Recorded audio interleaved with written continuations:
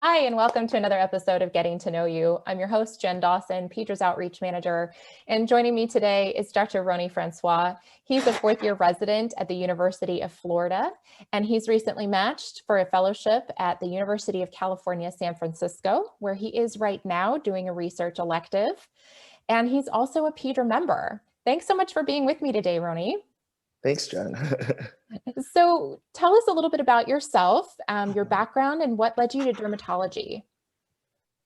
So I grew up in Tampa and went to college at University of South Florida. In college, I was able to get exposed to research pretty early on through a mentor over at the Moffitt Cancer Center. So I think early on I was very interested in, cancer biology, cancer, tumor genesis and cancer treatments. And I think through that, one of the my main interests, which still is one of my main interests, is melanoma. So finding, understanding what we can about melanoma, some of the genetic variants and genetic classifications for melanoma, as well as targeted therapies for melanoma. Awesome. So with your interest in melanoma, can you talk about any research projects that you've recently done that you're particularly proud of, or projects that are coming up maybe? Yeah, so one project that I was kind of more of a quality improvement project that I recently completed was looking at margin assessment for shave biopsies of melanocytic lesions in melanoma, specifically melanoma in situ, and whether reporting the margins on the shave biopsy actually would affect clinical outcomes, so affecting the number of incomplete excisions. So that kind of started as a QI project and then turned into more of a data-driven project that, and we found that there was about a 50% reduction in incomplete excisions when the pathologist upfront told, reported that whether the margins were positive on the melanoma in situ for the initial sampling shave biopsy. Another project that I'm sort of, formulating now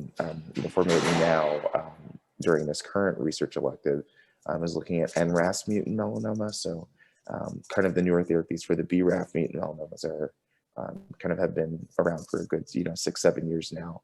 But the NRAS mutant melanomas don't really have a good therapeutic targeted target outside of the immunotherapies. So looking for new ways to target RAS mutant melanoma is something that I'm interested in. Wow, that's so interesting. What led you to specifically wanting to research melanoma? Yeah, I had that. Yeah, I had that interest very early on. I actually remember finding one of my old, I think, one of my old essays, even from I believe it was even from high school, as I was applying to the research project in college, and I said that I was really interested in melanoma and tumor biology, and I remember finding that and thinking, how did I know that in high school? But I remember learning early on about melanoma that it's one of the few cancers where the incidence is increasing. So I found it very interesting that why is the incidence continue to increase as opposed to other cancers, which most of them continue to decrease. So that just kind of always, sparked something, sparked an interest, and especially for a tumor where we know what the carcinogen is. So knowing that it's, ultraviolet light, we know what the carcinogen is. We know so much about it. This is a tumor that's easily accessible. It's easy to biopsy, easy to sample, yet it's difficult to get a hold of and decrease the incidence. So I think that was one reason why I was particularly drawn to that tumor. What are some of the reasons why melanoma is increasing?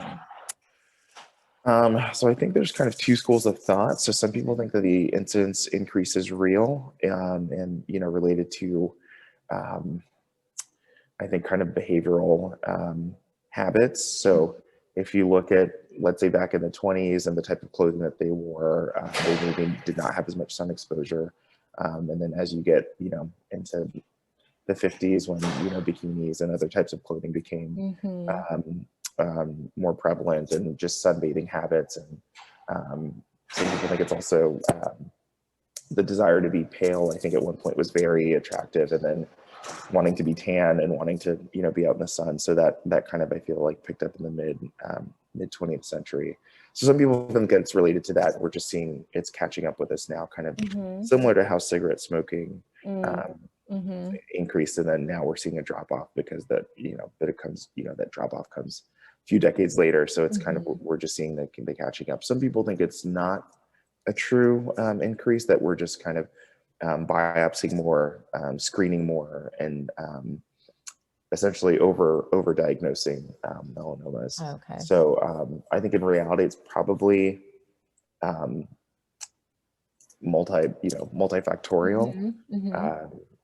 But it's that's an interesting, you know, kind of epidemiologic question and public health question as well. Yeah, I'd be curious to follow that over the, you know, like the next 20 years and the next generation. That kind of thing is very interesting. Yes. So talking about your research, where do you see yourself in 5 years with your either practice or research? Where are you headed? So I think in 5 years, after I'm done with the dermatopathology fellowship, I would want to be kind of at a large academic institution with an NCI designated cancer center association that where I would say my schedule would be, it'd be nice to be 80% research and then maybe 20% clinical. So if I could do, you know, either a half day of clinic or half day of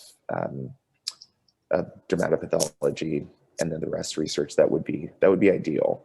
I think that the folks who are successful with NIH funding, with you know, K awards, R01s, PO1s, R21s, those types of funding mechanisms, a lot of them are 100% research. So it's hard to be competitive doing anything less than about 80% research. So that's where I see myself.